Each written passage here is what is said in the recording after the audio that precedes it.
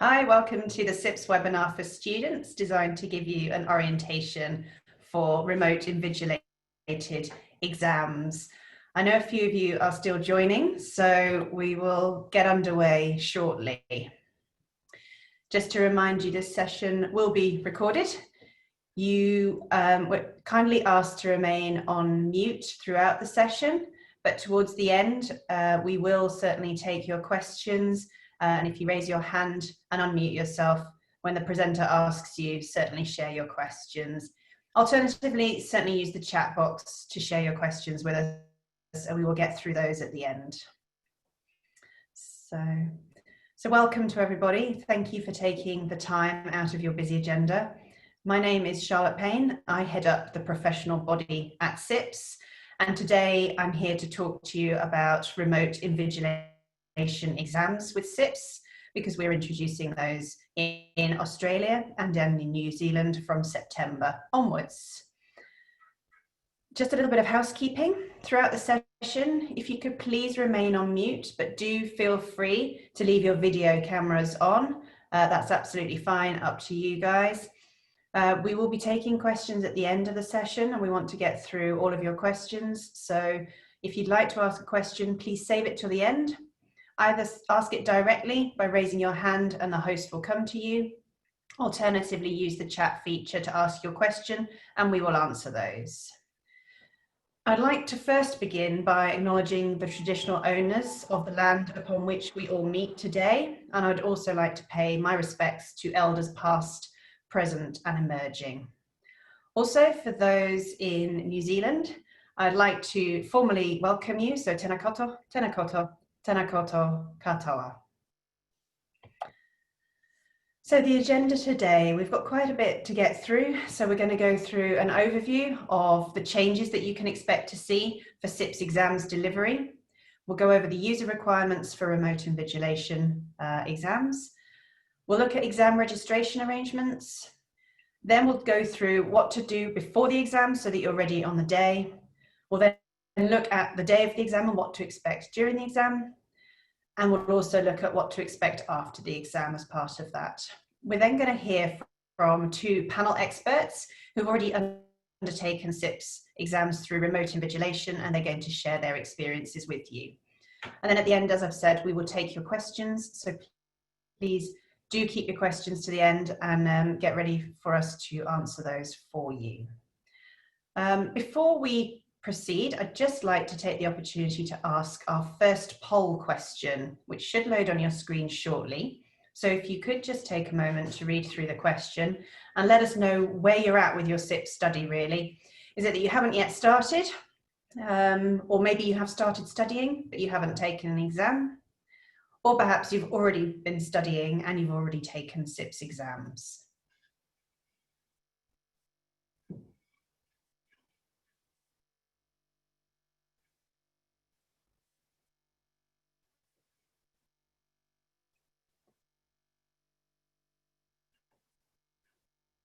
Okay, I'm going to move on and we perhaps will come back to that poll question. So first up, let's just talk a little bit about the changes that you can expect to our exams delivery, particularly if you've already taken exams in the past with CIPS. Just watch out for these changes from September onwards if you're taking exams in Australia or you're living in New Zealand. So instead of going to an exam centre to sit your exam, all exams will be delivered from September via remote invigilation, and today's session is designed to give you an orientation as to what that really means and how you need to prepare. The reason we're doing this is because we recognise that studying and progressing is actually so much more straightforward when you've got a plan and you know you can stick to it. So we've kind of coined our remote invigilation as being restriction proof or COVID proof. And we know that remote invigilation will meet the requirements of any restrictions that will be in place at that time, be that September, November, or through to next year. So hopefully it gives our students some certainty around their exams taking place as scheduled. Our exams through remote invigilation operate with our delivery partner TestReach. If you've already taken CIPS exams, they will have been delivered through the Test Reach platform, so you can have confidence that those same high standards apply for your remote invigilated exams. And please be reassured, this is really there to support you as part of our commitment to supporting your professional development, your study, and your progression. So first up, I'm just going to summarise the user requirements for remote invigilation. Those are hardware or computer requirements, internet requirements as you'd expect, and the exam environment itself. So just take a moment to look through the requirements from the computer side. Just as an aside, clearly a tablet device or a Microsoft Surface Pro type of device, or even a mobile device, those sorts of things are not suitable. So just please make sure that you kind of check your computer. Ideally, it would be either a desktop or a laptop computer, ideally with a webcam built in. Of course, you can have a separate webcam, speakers, and a microphone. Most of you, I'm sure, will have undertaken meetings through video conferencing and so on, and you'll be well familiar with the webcam, speakers, and microphone functions on your computers. But if you're not, do take a moment to just familiarize yourselves with those before you sit your exams. Continuous internet is required throughout, internet speed of 516 kilobytes per second. Just to reassure you, if you're streaming Netflix and so on, that will be absolutely fine. You know, CIPS exams are not high intensity graphics, special effects heavy. It tends to be predominantly texts, which doesn't strain the internet speed too much, but just make sure that that continuity is there. And of course, the exam environment, you know, make sure you're in a room where you're not going to be disturbed. You don't want people that you're living with wandering in partway through your exam, because that might mean that it's invalidated. We clearly advise that it's well lit and a quiet space, just to make sure that you can concentrate. And that can be at your home, but equally you might choose to hire an office within your employer's location or some other private space. But clearly an open plan office or cafe, whatever, is not really appropriate. So we're just going to have a go at launching a poll question here, just to check in to see how many of you think you can meet the remote invigilation requirements versus those who can't. So let's just see if that will load.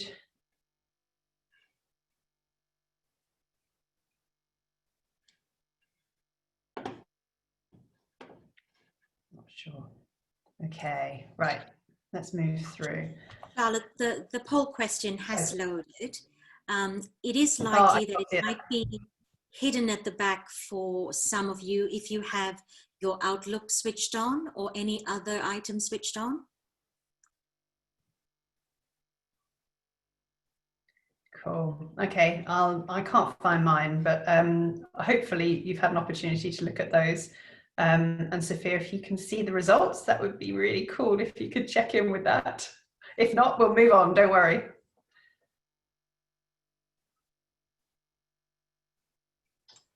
We might need to move on, Charlotte, because I don't think anyone saw the poll question. No, actually, sorry guys, that's Gia jumping in. I can see the results, and we've got 22 people out of 23 that responded that say they can meet the remote invigilation requirements. So that's brilliant.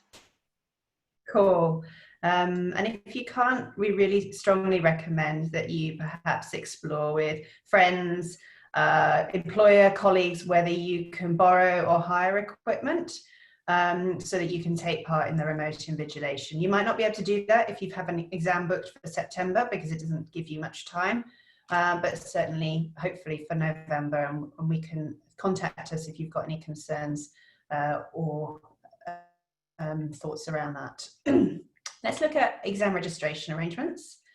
So what you'll need to do, and you'll have already done this if you're registered for September exams, you may indeed have done this already for your November exams, is register on the CIPS website. You'll need to register at an exam centre.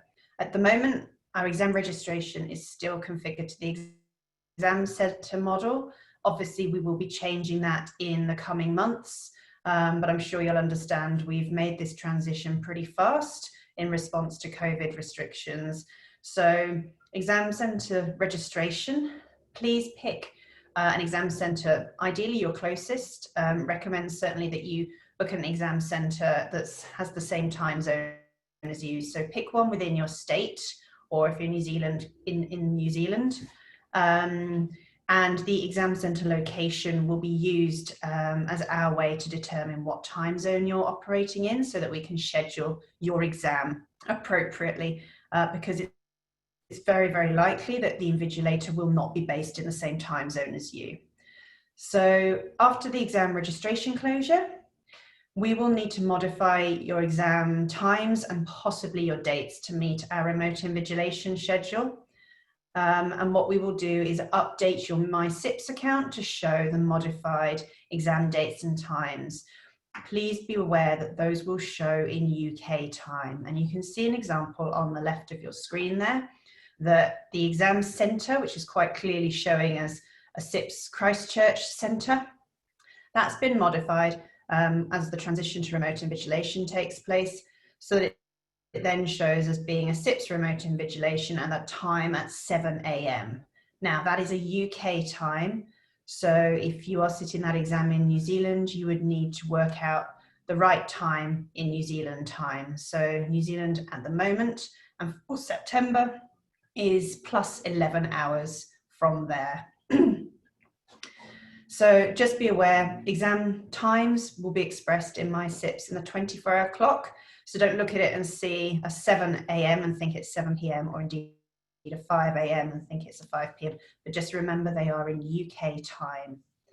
I'm just going to show you a little tool that you can use to make sure you kind of have reassurance that you've calculated your exam time and date correctly based on that UK. It's the time and date converter, which is available on good old Google. Go into that and select the time zone converter. Add in London, because that's the UK time zone. Add in your own location, and then next to London, select the date of your exam as it appears in your MCIPS. Then select the time of your exam, and the date and time will show next to your location. So you can see the top example there at 7 AM. That's UK time. What that means on the 17th of September, that exam in New Zealand time, for example, will actually take place at 6 PM. Okay. If that were in Australian Eastern Standard Time, that's 9 hours ahead of London time, and that would actually take place at 4 PM. So we strongly recommend that you use that converter just to get those dates and times translated into your local time and date. Be reassured you will receive a separate email from CIPS confirming the date and time of your exam in local time. You will also receive an email from TestReach, our exams delivery partner, and that will confirm your exam date, and you'll be able to log into your TestReach application, which we'll talk about shortly, to confirm the date and time of your exam. Just be aware, afternoon exams in UK time often will take place on the following day. So that bottom example there, L5M4 on the 21st of September at 2100, so 9 PM. That's the UK time. That exam will actually take place the following day in New Zealand time. So it will be the 22nd of September. Okay, so just be aware of that. And again, that time and date converter will really help you. I work across different time zones all the time, and I'm constantly struggling with time zone dyslexia. So I use that tool like a bit of a Bible. So it's a really good one. So in advance of the exam, plan for your study and revision and so on as normal. Use the resources available in the student zone and go about your study and revision in the normal way. Do make sure you read the candidate guidance and regulations for exams. You should already have received copies of those through the email communication, and we'll continue to make those available to you. Check your exam dates and times, as I've just said. Check that in your MCIPS, make sure you translate that to your local time, but also check that with the confirmation emails. You will receive a TestReach booking confirmation email Follow the instructions in that to download the candidate application onto the computer that you will be using to sit your exam. So if you're borrowing one from a friend, just make sure you factor in some time well in advance of the exam to download that application onto your friend's computer. Also take the time in advance to log in, check the setup, check the date and time of your exam by clicking the book exam section, and also take that test reach tutorial, which will allow you to familiarise yourselves with how the exams operate in test reach. Really important, at least 5 working days before the exam, log into the candidate app and confirm your equipment meets the requirements to operate remote invigilation exams. And once you've done that, you're good to go and your exam is confirmed. You must do that in advance so that your exam is ready to sit. Again, it gives you reassurance as well that the equipment is good to go and meets the requirements. So on the day of the exam, plan ahead. The good thing is no travel required to an exam centre, so you don't have to try and plan what the traffic's going to be doing and whether there's going to be a parking space. But just make sure that the room that you're going to be sitting in your exam in is good to go. And really work on 25, maybe 30 minutes before the exam. Make sure your computer is set up, switched on and ready to go. Make sure your room location, door closed, you've advised anyone, don't disturb, etc. that may be in the household. 15 minutes before the exam starts, the connect option within your exam portal will activate. That's within your candidate application. Log in so that you're ready for the validation process, which we'll talk through in a moment. If the worst happens, in the unlikely event that it does, there is the support available. So there's a telephone line and also the email, and the test reach support team are really good at being able to troubleshoot problems. So if there is an issue, don't worry about that. Just get in touch with them as soon as possible. What we do recommend is that your exam will either be 90 minutes or 3 hours. Just make sure you allow a little bit of time after the exam, just in case the start is delayed for whatever reason. Don't have booked an appointment in or something for immediately after the exam. We just suggest you factor in a bit of time afterwards to kind of regroup, take a deep breath, and then move on with the rest of your day. So let's talk about validation. This takes place about 15 minutes before your exam. Firstly, most important is about validating you in order to take the exam. So you must have quite clearly your login details. So that's your user ID and password for the test reach system.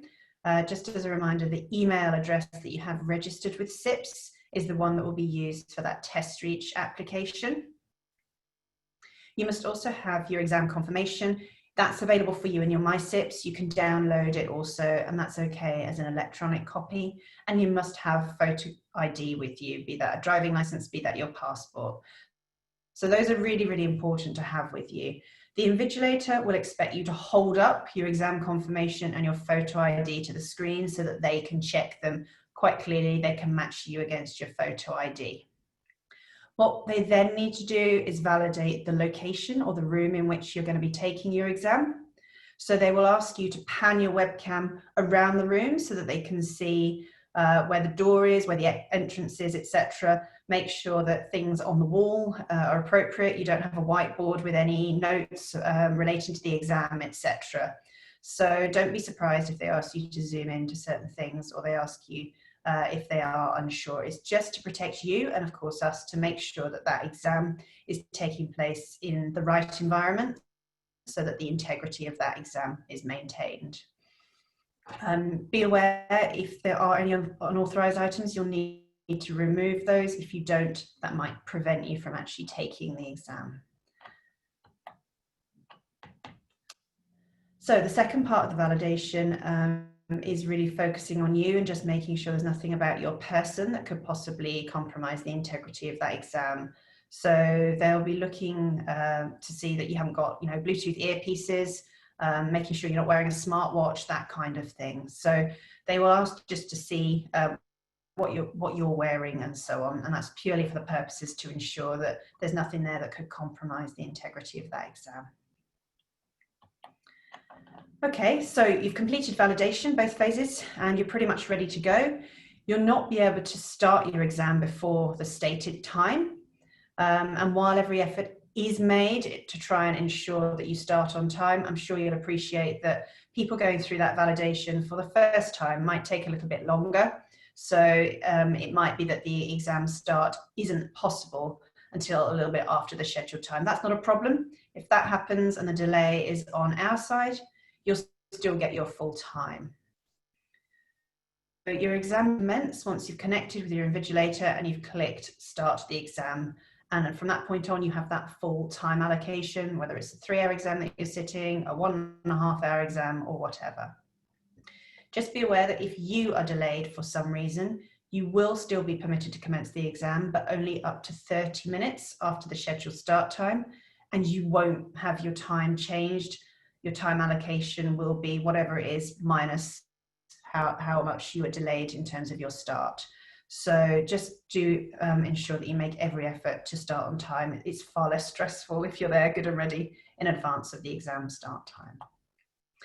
So during the exam, rest assured, you won't be able to see the invigilator and you won't be able to see any other students that are being monitored at the same time. So it will be just you and the information that you need in terms of the exam questions and where you're going to be putting your answers, okay? You will be able to contact the invigilator if you need to via the messaging within TestReach. And if you have any technical difficulties, please don't hesitate to contact the invigilator. They will be able to assist you with those. What they won't be able to do is clearly answer any questions relating to the exam content or questions. They certainly can't give you the answers. Fairly obvious, you must remain within the webcam viewing during the exam. So that means you're not able to leave the exam room and take breaks away from your screen. And you're not able to eat, chew, gum, etc. Clearly no smoking and that kind of thing. Just because that could potentially look like you're talking and that might cause the invigilator to have to raise an exam infringement and so on. So you may have a soft drink, so just make sure it's in a transparent container, make sure the label is removed, i.e. there's no writing there, okay? So if you do leave the exam, your exam could be invalidated, so please just be aware you're not going to be able to resume the exam once you return, unless it's after the finish time of the exam. Within the system, there are two automatic time warnings. So whether you're sitting a 1.5-hour exam, whether it's a 3-hour exam, you'll get a notification at 30 minutes towards the end and 5 minutes towards the end, just to remind you of the time out remaining for your exam. So I mentioned exam infringements. They happen very, very rarely, but I thought it'd be really helpful to share with you the reasons that they might happen. And just so that you're aware of what to expect. So if, for example, a mobile device sounds in your room, so you've forgotten to cancel that alarm on your mobile phone, the invigilator will log that as an exam infringement. If someone enters the room, for example, be that a person or a dog, whatever, and they will also be looking for things like suspicious eye movement and head movement, etc., talking. Okay, fairly obvious things, but I thought it's just helpful for you to be aware of those, and also reassures you that exams taken through remote invigilation are conducted in just the same way as those in exam centres and conform to the very same high standards, reassuring you that the outcomes are valid and something that you can be proud of. So the infringements will be reviewed by the invigilator and they will take action accordingly. They'll all be logged. If something is logged, you will receive a message to notify that it has been, and you must click OK in order to continue with your exam. And I'm sure, as you'd expect, any breach of exam regulations are taken really, really seriously, and they may result in disciplinary action. So please do read the candidate guidance document and the regulations just to make sure you're fully familiar with those. So after the exam, exam results release, that takes place within the standard timescales, and all of that information is available on the CIPS website in the student zone. So for the shorter objective response exams, the results are released within 4 weeks, and the fastest way to get those is through your MCIPS. If it's the constructed response to the essay type questions, that's available for you 8 weeks after the exam. So I know some of you are waiting for your July exam results now. Equally, some of you will have received already your objective response exam results from July. Just in terms of exceptions, if you feel something has affected your ability on the day of the exam, please use the special consideration policy there. You must notify of any mitigating circumstances, any exceptional circumstances within 7 days of the exam, and requests for special consideration. Look at the policy, and if you do wish to apply to the assessment team within 7 days of the exam. Equally, if you're unable to sit the exam through illness, please notify us if you wish to defer your enrolment. You must do so again within 7 days of the exam, and it must be supported with a medical certificate. We will then work to defer your exam so that you can arrange to sit that at a later date. Okay, I'm now going to move through to invite our panel experts to share their experiences with you before we move through to a question and answer session. So please do keep your questions coming either through the chat facility or note them down so that you can answer them so that we can answer them rather in just a moment. But I'd very much like to welcome Grace firstly, and then Aidan. So Grace, welcome. Thanks for having me, Charlotte. You're welcome, and thank you so much for giving your time today. I wondered if you could just give a brief introduction and a bit of an overview of your role and career, please. So my name is Grace Kingston, and I am in a graduate program that is run by our Ministry of Business, Innovation and Employment here in New Zealand. So that is a 2-year program, and I am 18 months into that program, and we rotate around the different government agencies as part of that program as well. So I'm currently, as of probably about 3 weeks ago, started at Auckland Transport as part of that as well. So yeah. Cool. So yeah, new role. Can you just give us an overview of your CIPS study journey? So for me, CIPS is strongly encouraged through our graduate program, and we're lucky enough that we are supported to do CIPS study through that program as well. And so I started my CIPS journey in July last year, and I have, that was when the new curriculum was introduced with the computer-based exams.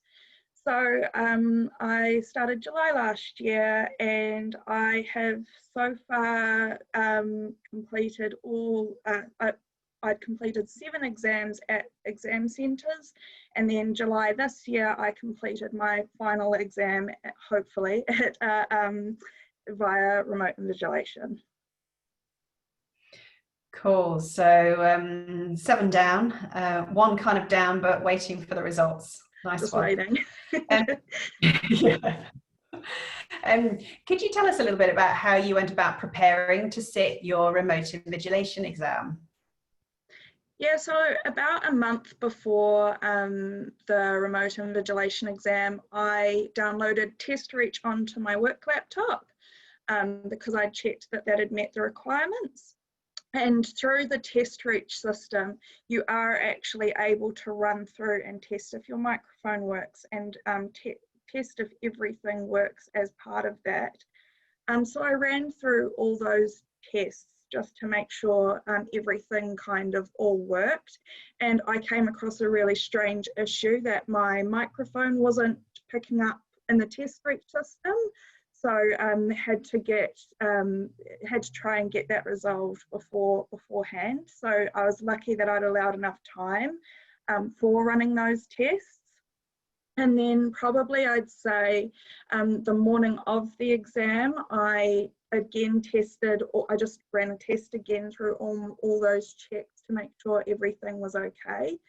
And sorry, I missed out a step in that, because we do, so about a week beforehand, I did have to confirm the exam time.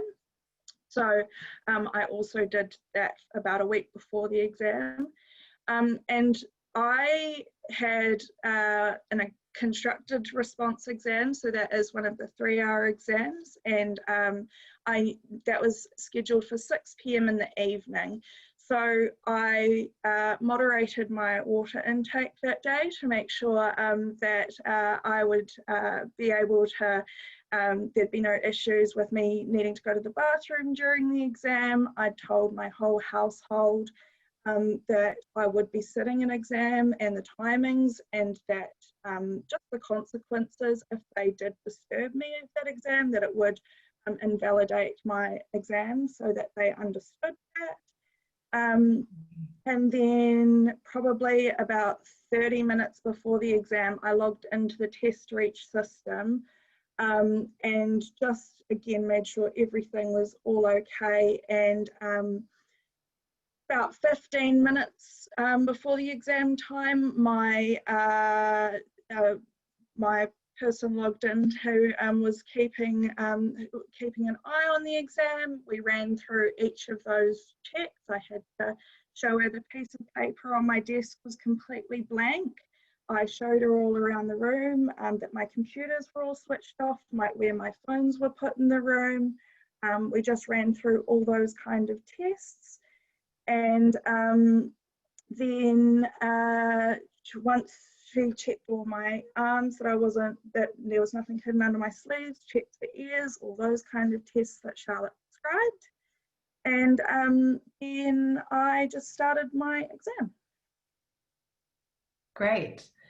Sounds like that thorough preparation really kind of pays off, because it kind of reassures you that less stressful, nothing's going to go wrong. And what was it like when you were actually sitting your exam, being monitored by the invigilator?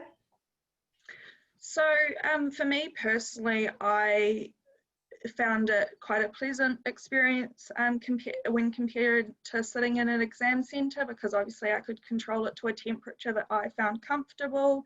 I didn't have people coming in and out of the room when I was sitting my exam, so I could kind of control the conditions a lot more. I obviously didn't have the commute to go to an exam centre, and it is weird knowing you're being watched when you're sitting the exam by the invigilator, but they don't interrupt you, they don't talk to you, they don't really talk to you at all. So it's kind of like, you're aware that they're there, but they don't interrupt or interfere with your exam at all. Okay, sure. So any top tips or lessons that you've learned that you'd like to share with our listeners today?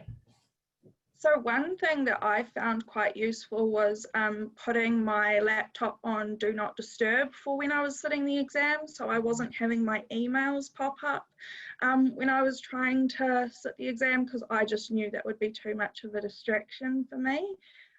So that really helped, making sure I had a glass of water on my desk, and as I said, just making sure my whole household was informed. Those would be my sort of tips. Cool, thank you. And I liked the way that you shared with your household the consequences of if they disturbed you as well. So they get them on your side as well. So nice one. Thanks so much, Grace. Don't go far, because we'll invite you back to help us tackle some questions from our audience and participants today. But what I'm going to do now is, Aidan, hi, how are you going? Hi, Charlotte. Good, thanks. How are you? I'm well, thank you. Aidan, thanks for giving up the time today to share your experience with our participants today. Could you give us a brief intro and perhaps talk us through your career as well? Yes, I'm actually in the same procurement graduate program as Grace, and started last year in my procurement career. And so I've been to a couple of different government agencies since that time in New Zealand. So have been involved in quite a diverse range of procurement activities, like tendering for construction services, also purchasing electric vehicles and media services. And so I'm currently working at New Zealand's Ministry of Defence, and I'll be doing some supplier relationship management activities through the next 6 months. Oh, sounds good. And could you just give us an overview of your CIPS study journey? Yes, I started CIPS at the same time that I began the procurement job, because the idea is that you should do CIPS as a sort of theoretical background to the work you're actually doing day to day. So I started with L4M4, and I decided to do the objective response exams first and get them out of the way, and then do the constructive response ones after. So the invigilated response exam for me was L4M7, and I've got a couple more exams to go, and I think I'll probably be finished early next year. Okay, nice. So you're about partway through. Okay. So let's talk about your remote invigilation. I think you took that one in July. How did you go about preparing to sit your exam through the remote invigilation? Well, first of all, just read the candidate guidance document, and that just tells you everything you need to know. And so what I did is I checked, firstly, that my computer could actually run the test reach software. And I think that's really important. If you find that your computer can't do that, then it's probably best you ask someone if you can borrow theirs early on. The other thing I did was just tell my manager that I had an exam, both to get the time off and also just to not be overloaded with work commitments, because you want to keep your mind clear, basically. Yeah, I told my flatmates as well that I'd have an exam that day, and I just reminded them on the day as well. But they're usually pretty good, so that wasn't a problem. And yeah, on the day I just had the things I needed for that validation. So my ID and the exam confirmation, I just left them on my desk ready to go. And I think CIPS will allow you to give an electronic copy of that exam confirmation, but I just decided to print it out, because then you can have your phone turned off, ready to go. Basically, you don't have to show them the confirmation, then turn it off, then put it away. And also, just on that, I turned my phone off, but also left it out of the room, because then it's not going to be distracting you anyway. So that's what I did to prepare. Cool. Sounds like a good approach. Thank you. So can you share a little bit about what it was like to actually sit the exam? So the exam software test reach is pretty much identical in an invigilation exam than it is for a normal exam. So sitting the exam was okay, because it was just the same software I'd been familiar with. And I know some people on this call haven't had an exam yet. But for the people who have had an exam, yeah, it's exactly the same software. So it was quite easy to get your head around. It was a bit weird at the start, like talking to the invigilator, because when you do those checks, they can see you, but you can't actually see them. So you're just sort of listening to their voice. But that's okay. And yeah, just got on with the exam, and it didn't feel too different, even though you're at home. One thing I would say though is that I felt a bit conscious of the fact that I had to sort of, sit still the whole time, because you want to be in camera shot for all of it. So I didn't like lean back or stretch out or anything like that. But yeah, apart from that, the invigilation exam was perfectly all right for me. Good. All right. Thank you. So I guess any top tips that you could share with listeners today? I think probably just read through that guidance and actually make a checklist of things you need to do, both in preparation in advance, but also on the day. Because if you can have that checklist ready to go, it'll just make your organizing for the exam go a lot more smoothly. So yeah, that's what I'd sort of recommend. Sure. Okay. Thank you. Great. Well, thank you both again for sharing your experiences. But as I've said, I'd like to invite you to remain on the line. And what we'll do is we'll have a go at doing a live Q&A with our audience. So if anyone has any questions, please let us know. And what we will do is come to you to ask those. If you use the raise hand tool, I think that works, to let us know that you've got a question. Otherwise, let's just have a look in the chat and see what we've got in terms of questions coming through. Okay, so I've got a question from James. Do we need to install any software? I'm using a company PC and IT needs to approve beforehand. So James, it's just the TestReach candidate app. So certainly liaise with your IT. We've not come across any problems yet, but certainly do so well in advance. You will receive your TestReach login information shortly after you register for your exams. Allow about a couple of weeks for that. And then you'll receive a confirmation email inviting you to download the candidate app. So certainly speak to whoever you need to. And as I've said, we've not experienced any problems with that.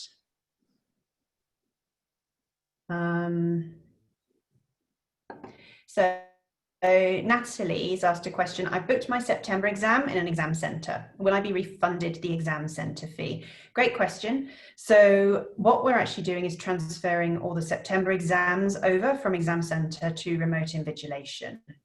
Now, when you book an exam centre, you pay an exam registration fee and you pay the exam venue or centre fee. The CIPS Remote Invigilation exam standard price is actually more expensive than both the exam registration and exam centre fee combined. So what we're doing for September is honouring a concessionary price to CIPS Remote Invigilation exams. And we will also honour that for November as well. So please take advantage, there's no additional to pay, take advantage of that concessionary price for the November exams. So we think it's really important to support our students, particularly at this difficult time. So I've got a question from Lindsay.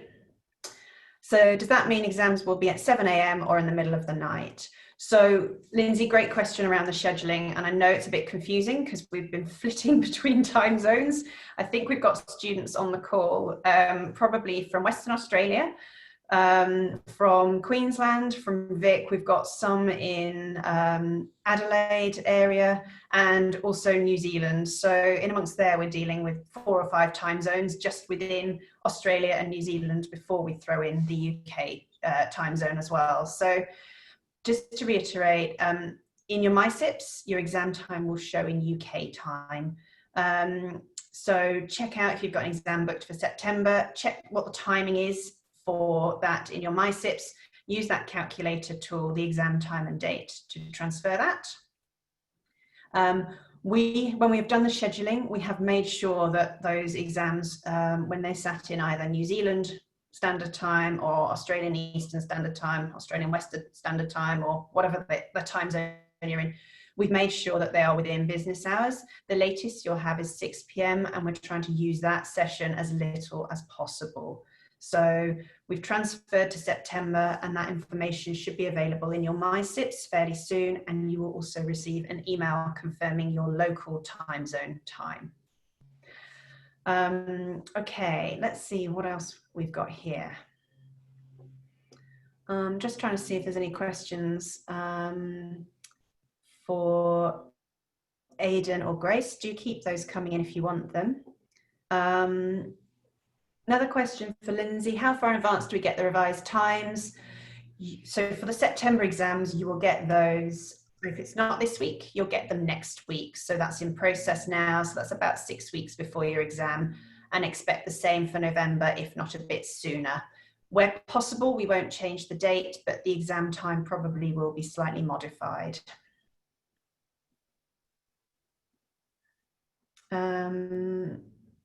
Justine has asked, what happens if the new scheduled time is not suitable? Justine, get in touch with us and we'll work you through what happens with that if that's the case. Where possible, please do try and accommodate those revised scheduled times, because it might mean that we have to work with you to defer your exam until the next exam series. Sorry, can I just ask, Charlotte, like many of us are probably working parents, so we have commitments, like we work or we might work part-time. So obviously we have commitments outside the work hours. Are we sort of trying to accommodate them mainly during sort of New South Wales business hours? Yeah, mainly. Yep. So I think 4 p.m. would probably be the latest. Okay. So recognise that I might finish at 6:30 if it's a 1.5 hour exam or a bit later. Mm-hmm. For September and November, we've done this transformation pretty fast, and we're trying. We're not playing catch up, but we kind of are. We hope for 2021 that you actually book a slot, and that's the slot you'll actually be sitting. Okay. So you've got much more reassurance on. So bear with us. Thank you. We just think remote invigilation is COVID proof, so we'll deal with the heartache around it. Yep. Thank you. Cool. And the local support number, there isn't a local support number because our exam test reach is a centralised one, and all students sitting all of their exams will go through test reach, and it is a centralised support number. So email is a really good, they're really fast at responding to email, particularly if you've done that tech check in advance. Like Grace, I think you explained you did the tech check in advance and your speakers weren't working. So yeah. Did you leave the test reach support team through email to fix that? So with that, Charlotte, it was my microphone wasn't working on my laptop, and so when I ran through the tests and found out that wasn't working, I actually came back with the CIPS and just double checked to see if that if using a headset that I use to take work calls would be allowed, and they said that would be suitable. So that's kind of, but because I'd done those checks far enough in advance, that was how I was able to resolve that issue. So I wasn't running around last minute trying to do that. Great. And Aidan, did you have to contact the support team at all? No, I didn't need to, but yeah, I suppose emailing would be better for international students in that case. Yeah, thank you. So I guess it really highlights the importance of doing those checks well in advance to limit really the chances of having to get the technical support involved on the day of the exam, but it is there if the worst happens and you do need that technical support.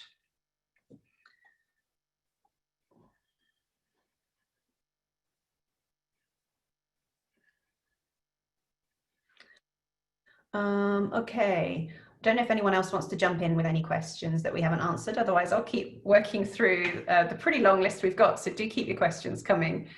Excuse me, Charlotte. Yeah. Hi, Shanilla here. Is there an email address that we can send queries to if the questions don't get answered in the chat box? Yeah, certainly. Yeah, if you contact info@cipsa.com.au. Okay, no worries. Yeah. Thank you.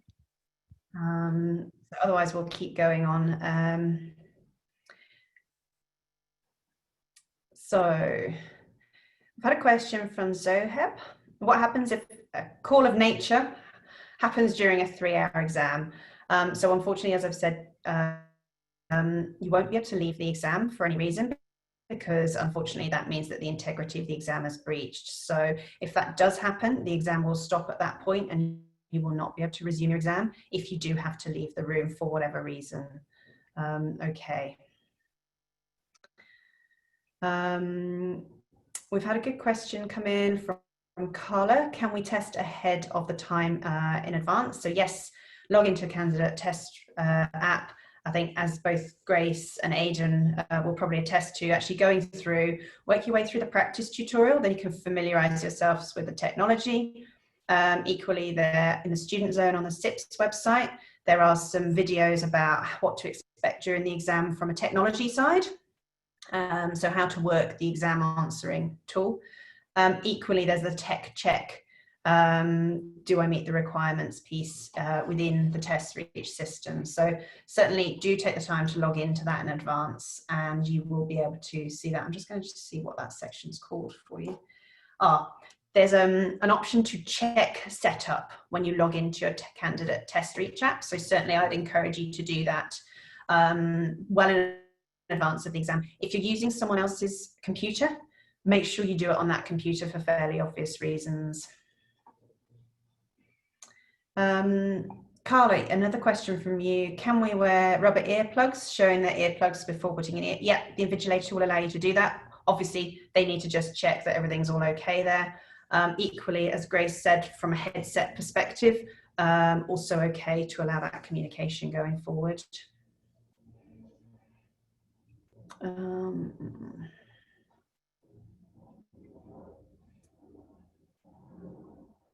Zoheb, you've asked, are we allowed to have blank note paper?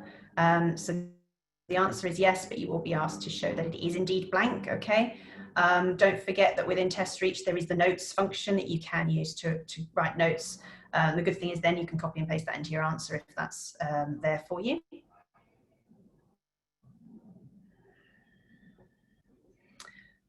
Susan, good question. I have a credit for the July exams because they were cancelled due to the COVID restrictions. Can I use that credit for remote exams? Yes, you can. November is open. You will need to use the exam registration form and just check the box to say you will use the credit on your CIPS account. Equally, if that was a voucher code, then use the voucher code that was made available to you in your MCIPS to book and register for your exam on the website. And if anyone has those sorts of inquiries, by all means, get in touch with us. James, another good question. Does the webcam have to be in a certain position, i.e. right in front of me? I'm using a laptop with a webcam and a large monitor connected to it.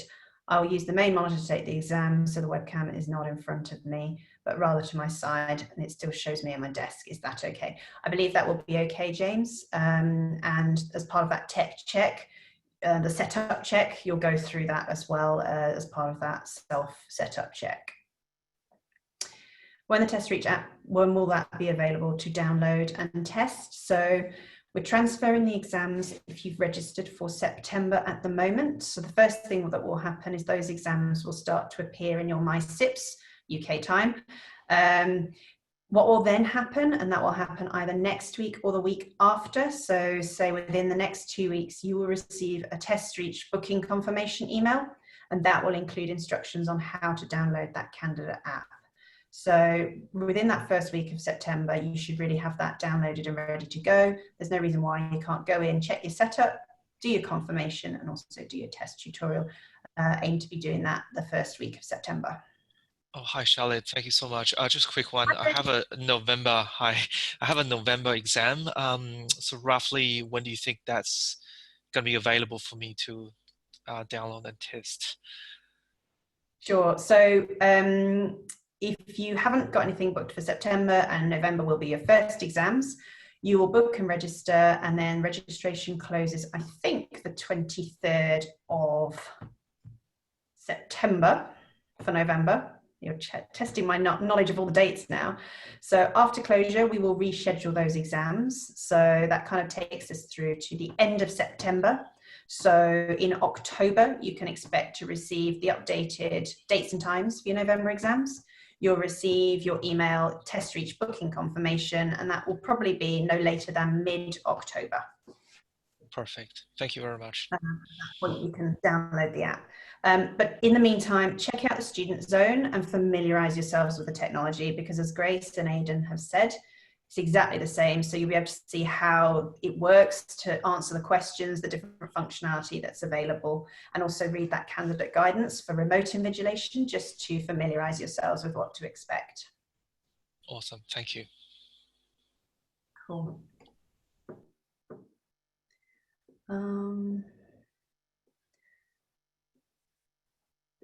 So Susan's asked a question about the registration process. In the registration, you nominate an exam centre. I have the opportunity to do work in a remote location in Australia with no access to an exam centre normally. Would this mean I could not register for the exam? So Susan, actually it means you will be able to sit your exam because you'll go through remote invigilation. Just nominate an exam centre. If, for example, you are based in a remote area in Western Australia, pick the Perth exam centre. If you're Tasmania, pick the Victoria or Melbourne exam centre. If you're Northern Territory, we are about to open a Northern Territory exam centre, and it'll be like a holding exam centre called something like Northern Territory Remote Invigilation. So watch for that if you're in Northern Territory. Otherwise, if you're somewhere, albeit remote in Queensland, go for the Brisbane centre. And everything for both September and of course November will move over from the exam centre to remote invigilation. So you won't have to travel from somewhere remote to a city for your exam. Certainly when we worked with Grace and Aidan, one of the people that we worked with in New Zealand, she's actually based down in Dunedin and would normally have to fly up to Christchurch to sit exams, and she was absolutely delighted to not have to pay for those flights, number one, but also delighted not have to take the time out and also travel and do an overnight stay to sit those exams. So for those of you that are in more remote locations, remote invigilation will be a life-changing experience, I hope.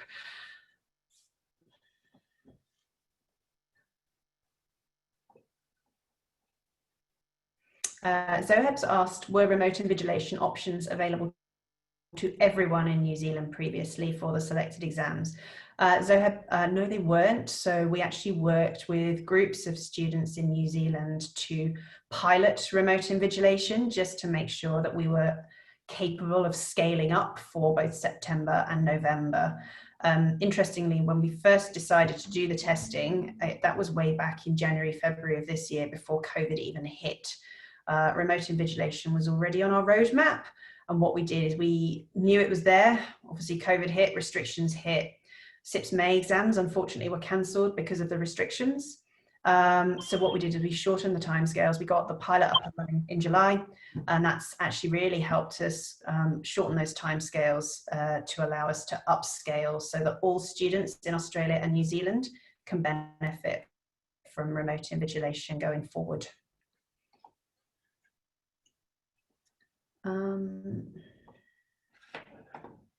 Susan's asked a good question. As my July exam was cancelled, can I do 2 exams in November remotely? Susan, yes, you can. Actually, you can do as many as you like. I would say make the most of that concessionary price. And if you're happy to, you're comfortable and you think you can get the study time in, by all means do more exams than you would normally do if you want to try and get ahead with your study. We recognise this year people have been disrupted quite significantly with their study and progression. So use this as a good opportunity to get ahead. I know that we've said we'll change the dates and the times. Just be aware, if it's an objective response exam, it will still take place in that first week. And if it's a constructed response exam, it will still take place in that second week. So if you're booking one of one type and one of the other, at least you know that there's a break of a week between them. Equally, if you book more than one objective response exam, we won't stitch you up and put 2 on the same day. They'll typically be spaced out. So, yeah. Melissa, good question about how far in advance do we need to book an exam? So the exam registration closure dates are all made available on the CIPS website. So the closing date for the November exam is typically, I think, 10 weeks in advance of the exam date. So the November exam registration closure date for website registration is the 23rd of September. So make sure you just pay attention to those exam registration dates, because after that cuts, we've got an awful lot to do to transition the exams over to remote invigilation. So we can't actually accept any late entries. So watch out for those dates. Book as early as you can, so at least you're reassured it's there and it's booked and it's done. The good thing is we've extended the exam centre capacities right the way up, so there should be no issues with running out of space that some of you will have experienced with our exam centre bookings in the past, particularly in Wellington, Auckland and Adelaide. So you don't have to fear that, but again, I would encourage you to book well in ahead and get planned, just so that you've got peace of mind that you've booked well before the deadline date and nothing's going to come up after that. So Natalie has asked, how do you book for the November exams? Do you simply book it in a centre you would like to attend and then get transferred to remote invigilation like September? Correct, Natalie. Just book at the closest exam centre to you. just go for one that's within your time zone, because that will help us ensure that we factor in your local time and it won't be a strange time because we've not got your time zone correct. So we will work out your exam remote invigilation schedule using the exam centre time zone that you've booked at. So just factor that into your booking. So if you are based in Perth and for some reason you book in at the Brisbane Exam Centre, we will assume you're on Australian Eastern Standard Time, and you might get a very early exam if you're actually sitting in Perth, okay? That's the best example I could come up with. I'm not sure that's going to be applicable to anyone, but that's where we're at. As I've said, recognise this isn't a great customer experience for registration at the moment. We will improve that for 2021. Rest assured, leading up to the exam itself, and after the exam, that's a pretty seamless student experience, as you'll have heard from Grace and Aidan. It's just that registration that's a bit lumpy, I suppose. Natalie's asked, New Zealand is prone to earthquakes, as Melbourne is prone to storms, I can assure you. In the event that there is one, how will this be dealt with by the invigilator? I'd hate to get an infringement due to force majeure. Natalie, your health and safety is absolute priority. So if there's an earthquake's alarm goes, if an earthquake kicks off, if a fire alarm goes for anyone else that's not in an earthquake zone, please obey your natural evacuation instructions. You know, we'll deal with that as an exception afterwards. So if you need to evacuate, do so. If you don't have time to tell the invigilator, we'll get over it, okay? So your health and safety is absolutely of paramount importance.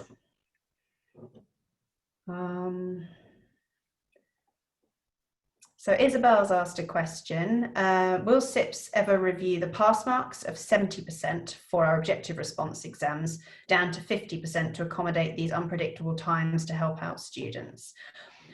Isabel, I appreciate where you're coming from, but it's not going to be possible for us to lower the pass mark requirements for an exam just because of difficult times with COVID, because I'm sure you'll appreciate that we can't lower standards because that would actually compromise the integrity and the value and worth of the qualifications that you're working towards. So I know it's really tough times out there and everyone is really struggling, but do persevere. And I really encourage you to kind of persevere with your study. Make the most of the exam support that's available in the student zone. Check out our study centres. They've got some really, really good tutors. They might be able to support you through your exams, but unfortunately we're not able to lower our standards, as I'm sure those of you that are working in the profession and aspiring to become fully qualified wouldn't expect us to either.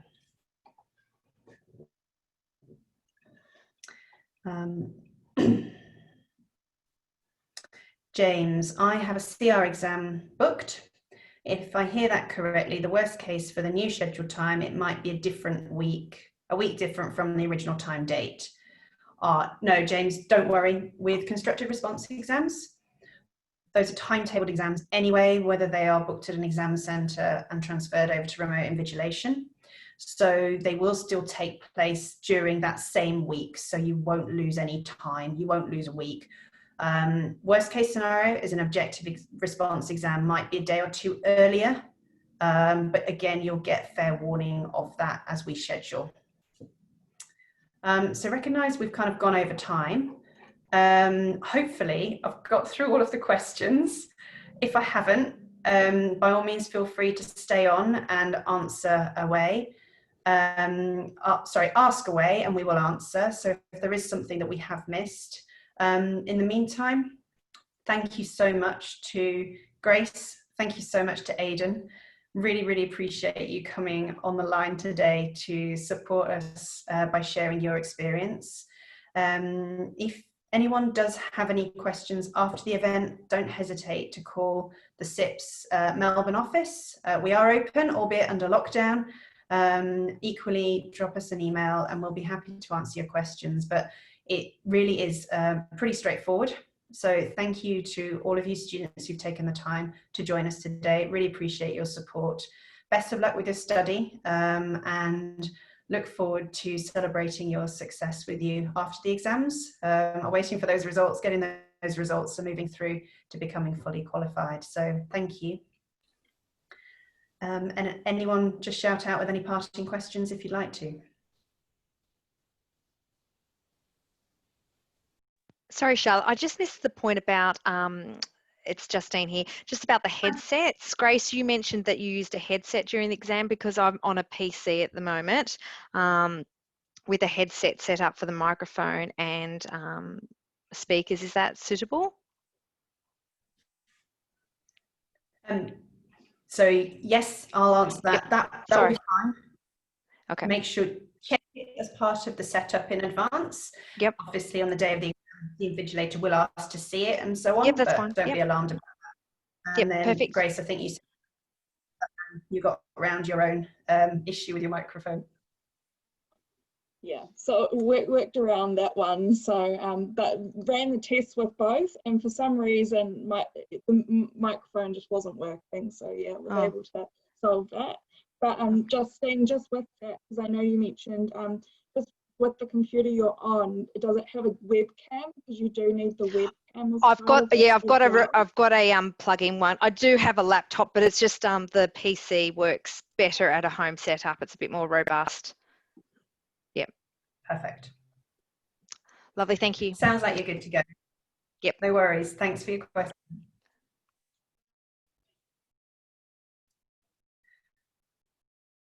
Okay. If there aren't any more questions, thanks again to Grace, thanks again to Aidan, and also the CIPS technical support team and our customer service team, which I know have joined us today. So thanks to everyone, and best of luck with your studies.